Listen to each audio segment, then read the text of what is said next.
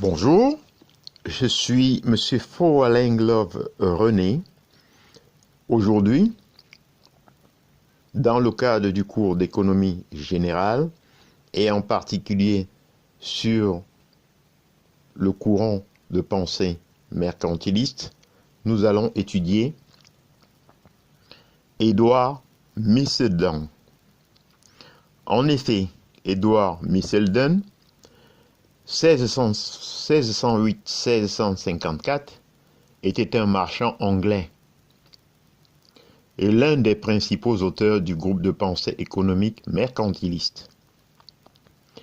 Il soutenait que les mouvements internationaux de monnaie et les fluctuations du taux d'échange dépendaient des flux commerciaux internationaux et non des manipulations des banquiers, ce qui était l'opinion populaire à l'époque.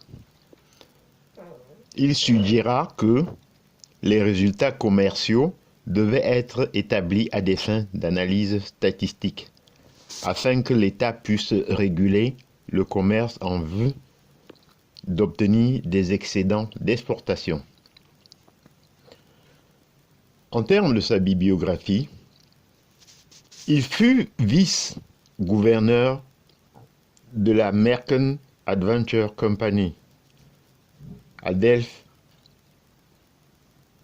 de 1623 à 1633.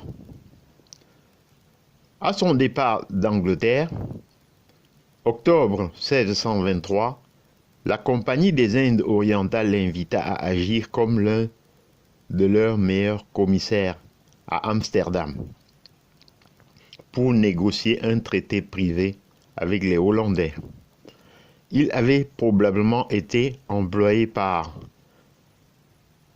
le Merchant Adventure Company en 1616 à un poste similaire.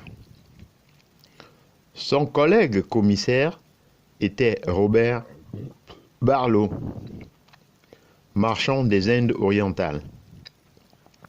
Les négociations furent cependant infructueuses. Le rapport du massacre d'Amboine rendit les progrès difficiles. En mauvaise santé, Misselden retourna en Angleterre et présenta à la compagnie un compte-rendu des négociations 13 novembre 1624. Il revint à Delft à la fin du mois de novembre 1624 et pendant les 4 années suivantes, il fut de nouveau employé par la Compagnie des Indes orientales dans l'affaire d'Amboine.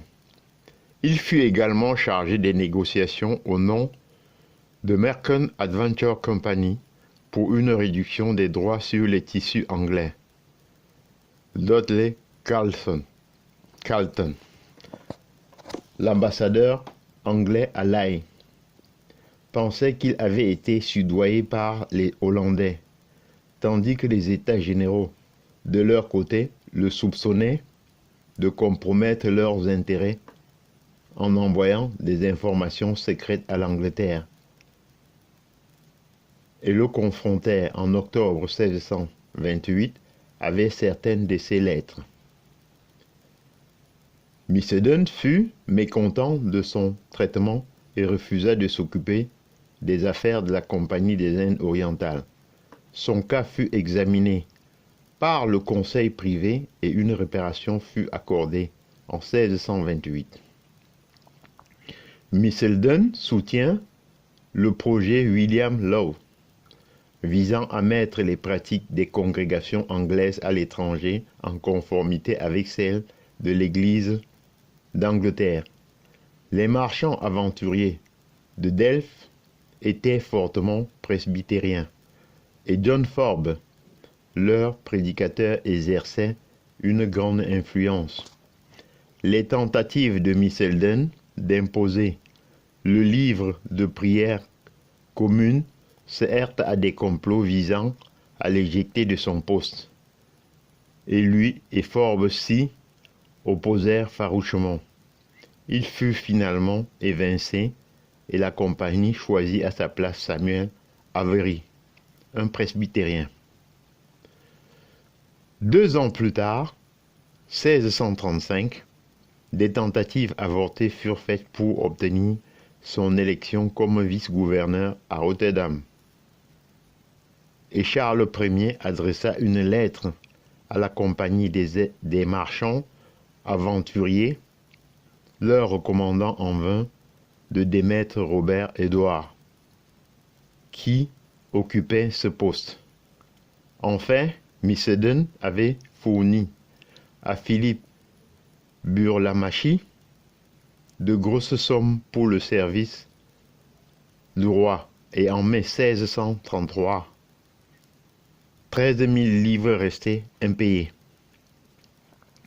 Misselden fut ensuite employé par la Merchant Adventure Company pour des missions.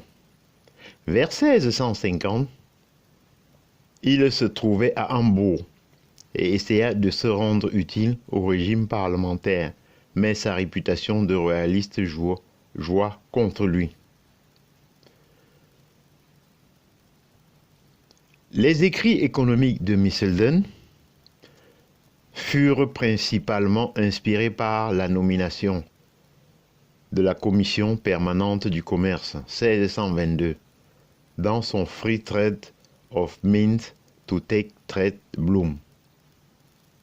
Londres 1622, il examina les causes du déclin présumé du commerce qu'il attribua à une consommation excessive de produits étrangers, à l'exportation de lingots par la Compagnie des Indes orientales et à une recherche défectueuse dans le commerce du tissu.